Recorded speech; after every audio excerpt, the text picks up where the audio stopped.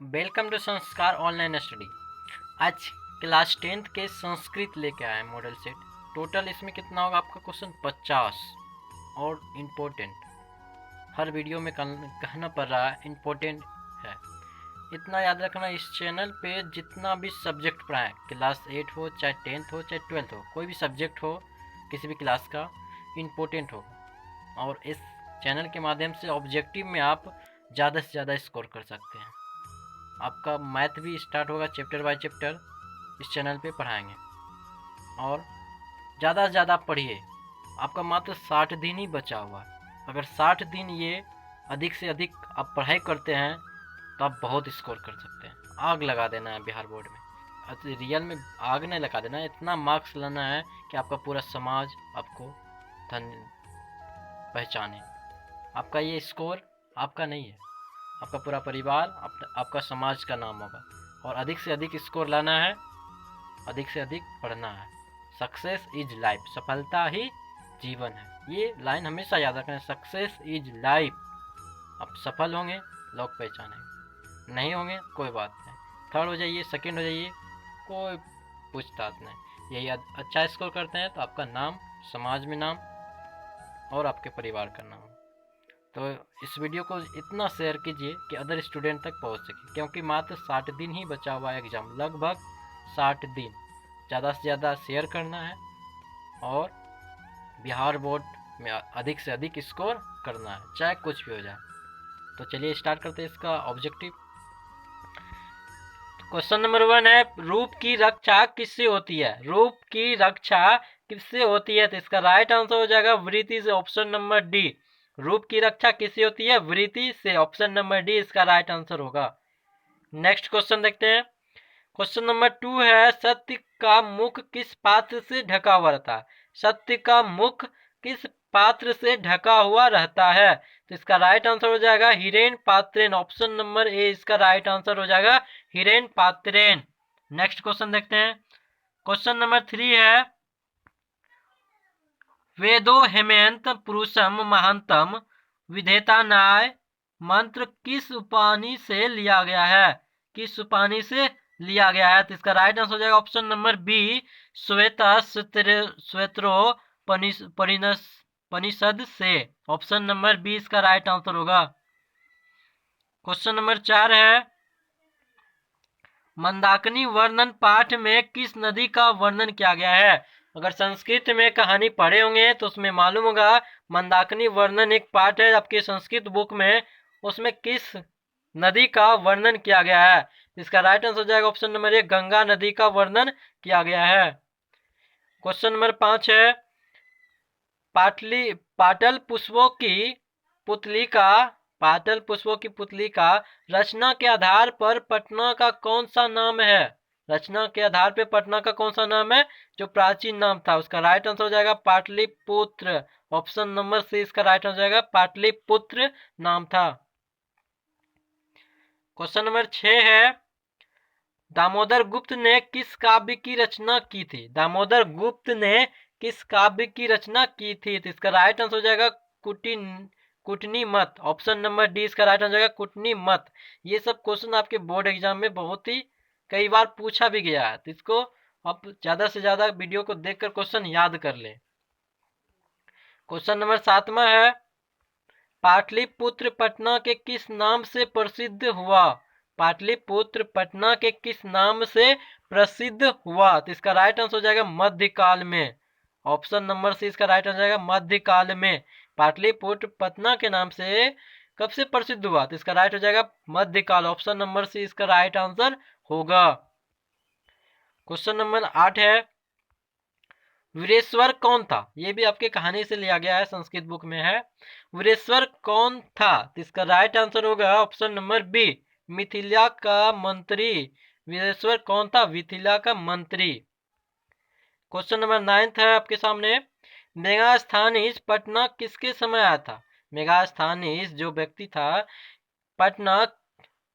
मेगास्थनीज पटना किसके समय में आया था? तो इसका राइट आंसर हो जाएगा आपका option number C, Chandragupta Maurya के समय में। चंद्रगुप्त मौर्य के समय में। ये क्वेश्चन आपके हिस्ट्री में भी पूछा जाता है, तो इसको आप हमेशा याद रखिएगा। मेगास्थनीज पटना किसके समय में आया था? तो इसका राइट आंसर हो जाएगा चंद्रगुप्त मौर्य के समय में। क्वेश्चन नंबर 10 है, याज्ञवल्क्य ने आत्मतत्व की शिक्षा किसको दी थी? याज्ञवल्क्य ने आत्म तत्व की रक्षा तत्व की शिक्षा किसे दी थी? याज्ञवल्क्य ने आत्म तत्व की शिक्षा किसको दी थी? तो इसका राइट आंसर हो जाएगा आपका मैत्रेय की, ऑप्शन नंबर ए, मैत्रेयी को। ऑप्शन नंबर ने इसका राइट आंसर हो जाएगा। क्वेश्चन नंबर 11 आपके सामने है, पटना का इतिहास कितना पुराना है? पटना का इतिहास कितना पुराना है? तो इसका राइट आंसर हो जाएगा 2500 वर्ष। ऑप्शन नंबर सी इसका राइट आंसर हो जाएगा 2500 वर्ष पुराना है। इसका राइट आंसर हो जाएगा 2500 वर्ष। ये भी कई बार बोर्ड एग्जाम में आप पूछा गया है, तो आपको इसको याद रखना है।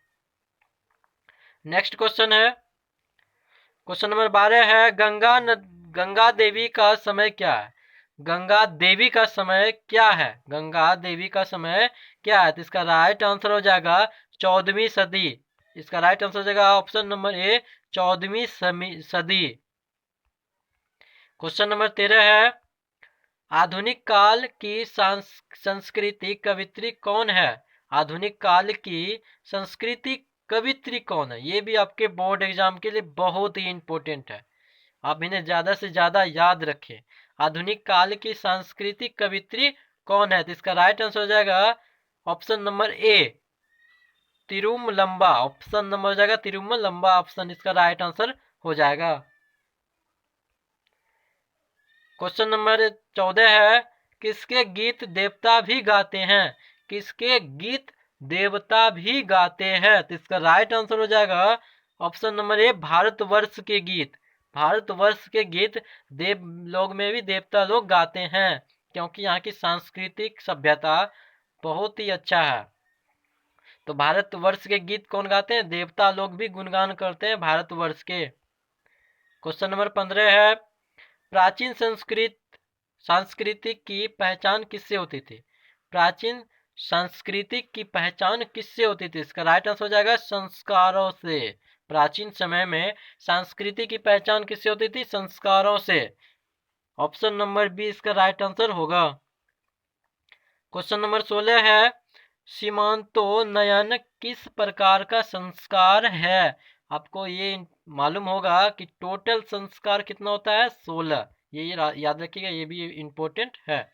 टोटल संस्कार कितना होता है? 16, जिसमें से एक है सीमांतोन्नयन किस प्रकार का संस्कार है। ये सीमांतोन्नयन एक संस्कार है, तो बोला सीमांतोन्नयन किस प्रकार का संस्कार है, तो ये सीमांतोन्नयन जन्म के पूर्व संस्कार किया जाता है। जन्म के पूर्व मतलब जन्म लेने से पहले ये संस्कार किया जाता है। तो इसका राइट आंसर हो जाएगा ऑप्शन नंबर ए, जन्म पूर्व संस्कार। क्वेश्चन नंबर 17 है, प्राचीन काल में शिष्यों को क्या कहा जाता था? पहले के समय में शिष्य को मतलब विद्यार्थी, अभी तो स्टूडेंट कहते हैं ना, इंग्लिश में स्टूडेंट, हिंदी में विद्यार्थी। तो प्राचीन काल में शिष्य शिष्य बोलते थे। प्राचीन शिष्य को क्या कहा जाता था? प्राचीन समय में आपको मालूम होगा कि गुरुकुल होता था, वहाँ पे जो गुरु होते थे उसके पास पढ़ने भेजते थे, जिसको शिष्य कहते थे। तो कहा जा रहा है प्राचीन काल में शिष्यों को क्या कहा जाता था? तो इसका राइट आंसर हो जाएगा आपका ऑप्शन नंबर बी, ब्रह्मचारी। क्या कहा जाता था शिष्यों को प्राचीन काल में? ब्रह्मचारी, option number B. Question number 18 है, नीति श्लोक का पाठ किस ग्रंथ से संकलित है? नीति श्लोक का पाठ है आपके संस्कृत बुक में, तो पाठ किस ग्रंथ से संकलित है? तो इसका राइट आंसर हो जाएगा विदुर नीति, ऑप्शन नंबर ए। किस पाठ से संकलित है? विदुर नीति से, ऑप्शन नंबर ए इसका राइट आंसर होगा। क्वेश्चन नंबर 19 है, स्वामी दयानंद के बचपन का नाम क्या था? स्वामी दयानंद के बचपन का नाम क्या था? तो इसका राइट आंसर हो जाएगा ऑप्शन नंबर सी, मूल शंकर। स्वामी दयानंद के बचपन का नाम क्या था? इसका राइट आंसर हो जाएगा मूल शंकर। क्वेश्चन नंबर 20 है आपके सामने, मंदाकिनी वर्णन पाठ के कवि कौन है? मंदाकिनी वर्णन जो आपके संस्कृत बुक में है, इसका रचयिता या कवि कौन है? तो इसका राइट आंसर होगा आपका option number C Valmiki. Mandakini वर्णन किसने लिखा है? वाल्मीकि ने लिखा है। क्वेश्चन नंबर 21 है आपके सामने, जो व्याकरण से साध लिया गया है। नेच्छामी, नेच्छामी किसने बार बार कहा? ये व्याकरण से नहीं है, बुक से ही लिया गया है। नेच्छामी, नेच्छामी किसने बार बार कहा था? तो इसका राइट आंसर हो जाएगा शक्र ने। शक्र ने, शक्र ने होगा, यहाँ पे शुक्र होना चाहिए, गलती होगा शायद। ऑप्शन नंबर बी इसका राइट आंसर होगा। क्वेश्चन नंबर 22 है, कर्णस्य दान वीरता। कर्णस्य दान वीरता, कर्ण महाभारत देखे होंगे तो आपको मालूम होना चाहिए, कर्ण महाभारत का एक पार्ट है, मतलब एक किरदार है जो बहुत ही दानवीर था। उससे कुछ भी मांगे लेता था कोई भी, तो उसे वह दान कर देता था। तो उसी पर एक पाठ है आपके संस्कृत बुक में कि पाठ किस ग्रंथ से संकलित है? कर्ण दान, कर्णस्य दान वीरता पाठ किस ग्रंथ से संकलित है? तो इसका राइट आंसर हो जाएगा आपका ऑप्शन नंबर ए, कर्णभार से। कर्णभार, ऑप्शन नंबर ए इसका राइट आंसर हो जाएगा, कर्णभार। क्वेश्चन नंबर 23 है, दलित ग्रामवासी पुरुष की कथा कौन है? दलित और ग्रामवासी पुरुष की कथा कौन है? तो इसका आप पढ़े होंगे कहानी तो आपको मालूम होगा, कर्ण। इसका राइट आंसर हो जाएगा आपका कर्मवीर कथा। इसमें एक लड़का का दिया गया है जो गरीब रहता है, तब पर भी वो पढ़ाई लिखाई करता है। तो पढ़ाई लिखाई करना बहुत ही जरूरी है, हमेशा दिमाग में याद रखना है, सक्सेस इज लाइफ, सफलता ही जीवन है। चाहे कुछ भी हो जाए, सफल हो जाइए जीवन में, यही आपका जीवन हो जाएगा। सक्सेस इज लाइफ, ये हमेशा याद रखना। क्वेश्चन नंबर 24 है, आर्यभट्टयम किसकी रचना है? आर्यभट्टयम किसकी रचना है? आर्यभट्टयम किसकी रचना है? आर्यभट्ट की, आर्यभट्ट की रचना है। आप इन्हें याद रख सकते हैं, आर्यभट्ट अर्थात आलिया भट्ट, जैसे आपकी चल रहा है हीरोइन आलिया भट्ट। आर्यभट्टयम किसकी रचना है? आर्यभट्ट की। आलिया भट्ट याद नहीं रखना आपको, आर्यभट्ट की है। क्वेश्चन नंबर 25 है, ऋषियादि प्रणीत को क्या कहते हैं? ऋषियादि प्रणीत को क्या कहते हैं? तो इसका राइट आंसर हो जाएगा कृतक। ऑप्शन नंबर सी इसका राइट आंसर हो जाएगा, कृतक कहते हैं। क्वेश्चन नंबर 26 है, वराह वराह मिहिर, वराह मिहिर द्वारा रचित कौन सा ग्रंथ है? वराह मिहिर द्वारा रचित कौन सा ग्रंथ है? तो इसका राइट आंसर हो जाएगा option number C, option number C Brihatsamhita का, बृहत्संहिता का, ऑप्शन नंबर सी इसका राइट आंसर होगा। क्वेश्चन नंबर 26 है आपके सामने, शास्त्र मानवों को किसका बोध कराता है? शास्त्र जो है मानवों को किसका बोध कराता है? तो इसका राइट आंसर हो जाएगा आपका ऑप्शन नंबर सी, कर्तव्य कर्तव्य कर्तव्य कर्तव्य को बोध कराता है। मानव शास्त्रों को, सॉरी, शास्त्र मानव को बोध कर्तव्य का कराता है। ऑप्शन नंबर सी इसका राइट आंसर होगा। क्वेश्चन नंबर 28, वस्तुतः इस समय संसार किस महासागर के कुलम्ध स्थित दिख रहा है? वस्तुतः इस समय संसार किस महासागर के कुलम्ध स्थित दिख रहा है? तो इसका राइट आंसर हो जाएगा वो शांति महासागर, वो शांति महासागर। यहाँ संसार में एक दूसरे से उछल पुछल यही होता है, वो शांति महासागर। जैसे सागर में कभी स्थिरता नहीं रहती है, इसी प्रकार संसार है। क्वेश्चन नंबर 29 है आपके सामने, बनावटी आलस्य दिखाकर कौन भोजन ग्रहण करते थे? तो आलस कथा एक आपके बुक में है, इसमें से 4 आलस रहता है, उसको राजा खाना खिलाते हैं फ्री में। तो उसको देखकर कुछ अच्छे व्यक्ति भी आलस का रूप करके वहाँ पे रहने लगते हैं, आलस का ढोंग करके वहाँ पे राजा के पास रहने लगते हैं। तो इसमें पूछा है, बनावटी जो बन कर गया था आलस दिखाकर कौन भोजन ग्रहण करते हैं? तो इसका राइट आंसर हो जाएगा धूर्त लोग। धूर्त कहते हैं, जो धोखा करते हैं उसको क्या कहते हैं? धूर्त। तो वहाँ बनावटी आलस मतलब उसको देखा कि रियल में आलस को खिला रहा था बैठा के, तो कुछ अच्छे लोग भी आलस का ढोंग करके वहाँ पे जाकर रहने लगते हैं और आलस बनकर वहाँ पे खाना खाने लगते हैं। तो उसको क्या कहते हैं? धूर्त लोग। क्वेश्चन नंबर 30 है आपके सामने, निरुक्त का क्या कार्य है? निरुक्त का क्या कार्य है? तो इसका राइट आंसर हो जाएगा ऑप्शन नंबर ए, यथार्थ बोध। यथार्थ बोध, ऑप्शन नंबर ए इसका राइट आंसर होगा। क्वेश्चन नंबर 31 है, स्वामी दयानंद ने किस नगर में आर्य समाज की स्थापना की थी? स्वामी दयानंद ने किस शहर में, किस नगर में आर्य समाज की स्थापना की थी? इसका राइट आंसर हो जाएगा मुंबई। स्वामी दयानंद ने किस नगर में आर्य समाज की स्थापना की थी? मुंबई में, ऑप्शन नंबर 20 का राइट आंसर होगा। क्वेश्चन नंबर 32 है, विनय को कौन मारता है? विनय को कौन मारता है? विनय को कौन मारता है? तो इसका राइट आंसर हो जाएगा आकृत्य। आकृत्य, ऑप्शन नंबर सी इसका राइट आंसर हो जाएगा आकृत्य। क्वेश्चन नंबर 33 आपके सामने है, दुख का विषय क्या है? दुख का विषय क्या है? तो इसका राइट आंसर हो जाएगा ओ शांति। दिमाग ओ शांति रहता है तो दुख का विषय का कारण बन जाता है, तो दुख का कारण क्या है? ओ शांति, इसका राइट आंसर हो जाएगा। क्वेश्चन नंबर 34 है, नीति श्लोक का पाठ महाभारत के किस वर्ष से संकलित है? नीति श्लोक का पाठ महाभारत के किस वर्ष से संकलित है? तो इसका राइट आंसर हो जाएगा उद्योग पर्व, ऑप्शन नंबर बी इसका राइट आंसर हो जाएगा उद्योग पर्व। क्वेश्चन नंबर 35 है, अह महापके पतितो स किसने कहा? ये सब, ये लाइन जो सेंटेंस है किसने कहा था? तो इसका राइट आंसर हो जाएगा ऑप्शन नंबर ए बाघ।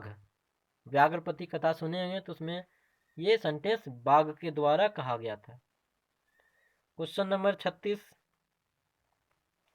व्याघ्रपतिक कथा पाठ में किसके दुष्परिणाम का वर्णन किया गया है? व्याघ्रपति कथा पाठ में किसके दुष्परिणाम का वर्णन किया गया है? तो व्याघ्रपति कथा में दिखाया गया है कि लोभ जो है इंसान को खतरे में डाल सकता है। व्याघ्रपति कथा में दिखाया गया है कि लोभ इंसान को खतरे में डाल सकता है। इसी प्रकार बाघ जो है बूढ़ा रहता है, वह लोभ दे के एक इंसान को अपने पास बुलाता है और उसे मार देता है। तो इसमें व्याघ्रपति पाठ में किसका दुष्परिणाम दिखा गया? लोभ। इसीलिए किसी को लोभ नहीं करना चाहिए। इसका राइट आंसर क्या हो जाएगा? ऑप्शन नंबर बी, लोभ। बाघ जो है बूढ़ा रहता है, चल फिर नहीं पाता है, वो नहीं किसी को मार सकता है, तो वह एक सोना का कंगन लेके व्यक्ति को बुलाता है, लोभ देता है, वो लोभ में फंस जाता है और उन्हें मार देता है। क्वेश्चन नंबर 37 है, स्वामी दयानंद का परिवार किसका उपासक था? स्वामी दयानंद का परिवार किसका उपासक था? तो इसका राइट आंसर हो जाएगा शिव भगवान, ऑप्शन नंबर सी इसका राइट आंसर हो जाएगा शिव भगवान, जिसे आप महाकाल कहते हैं। क्वेश्चन नंबर 38 आपके सामने, राम परवेश राम उच्च विद्यालय में कौन सा स्थान प्राप्त किया था? राम परवेश राम जो गरीब परिवार से था, भिकनटोला के गांव का था नाम। पूछेगा राम परवेश राम कौन सा गांव का था? भिकनटोला गांव का था, ये भी याद रखिएगा। और राम परवेश राम ने विद्यालय में प्रथम स्थान प्राप्त किया था, पहला। इसका राइट आंसर हो जाएगा क्या? Option number D, Ram Parvesh Ram ने उच्च विद्यालय में पहला रैंक प्राप्त किया था। क्वेश्चन नंबर 39 है, आचार का हनन किससे होता है? आचार का हनन किससे होता है? आचार का हनन किससे होता है? तो किससे होता है? क्रोध। एक क्रोध ऐसा चीज है जिसमें कुछ भी हो सकता है, हानि होता है। क्रोध से हमेशा व्यक्ति को हानि होता है, तो इसका राइट आंसर क्या हो जाएगा? क्रोध। आचार का हनन किससे होता है? क्रोध से। क्वेश्चन नंबर 40 है, भारतीय संस्कृति की अद्वितीय विशेषता क्या है? भारतीय संस्कृति की अद्वितीय विशेषता क्या है? तो इसका राइट आंसर हो जाएगा संस्कार। भारतीय संस्कार, भारत में जो संस्कार है, संस्कृति, सभ्यता है, वो अदर कंट्री में नहीं पाया जाता है। अदर देश में ऐसा सभ्यता नहीं पाया जाता है। भारत का जो संस्कृति सभ्यता है वह बहुत ही प्रचलित है। भारतीय संस्कृति की अद्वितीय विशेषता क्या है? संस्कार। क्वेश्चन नंबर 41 है, पाटलिपुत्र वैभव पाठ में किस शहर का वर्णन किया गया है? पाटलिपुत्र वैभव पाठ में किस शहर का वर्णन किया गया है? तो इससे आपको आंसर क्वेश्चन में ही दिखाई दे रहा है। पाटलिपुत्र किसको कहते हैं? पटना को। तो जाहिर सी बात है कि पटना का वर्णन किया गया है, तो इसका राइट आंसर हो जाएगा ऑप्शन नंबर सी, पटना का। क्वेश्चन नंबर 42 है, इंद्र ने कर्ण से छल क्यों किया था? इंद्र ने कर्ण से छल क्यों किया था? तो जब महाभारत में देखे होंगे, इंद्र ने छल से कर्ण का कवच कुंडल मांगा था, क्योंकि अर्जुन की सहायता करनी थी इंद्र भगवान को, इसलिए कर्ण से छल करके उसका कवच कुंडल मांग लिया था। छल करके उससे कवच कुंडल मांगा था, किसके लिए? अर्जुन की सहायता के लिए। ऑप्शन नंबर सी इसका राइट आंसर हो जाएगा, अर्जुन की सहायता के लिए।